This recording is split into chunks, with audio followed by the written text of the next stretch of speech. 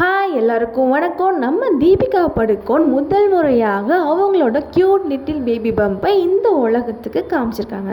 ஆமாங்க, ரீசெண்டாக நடந்த ஒரு மூவியோட ப்ரீ ரிலீஸ் ஈவெண்ட்டுக்கு வந்திருக்காங்க. அப்போது அவங்க அழகாக கம்பீரமாக அவங்க க்யூட் லிட்டில் பேபி பம்போட நடந்து வந்திருக்காங்கங்க. அதை பார்த்தா அவங்க ரசிகர்கள் எல்லாருக்கும் ஒரு வியப்பாக இருந்திருக்கு. அவ்வளோ அழகாக இருக்காங்க அப்படின்னு சொல்லிட்டு.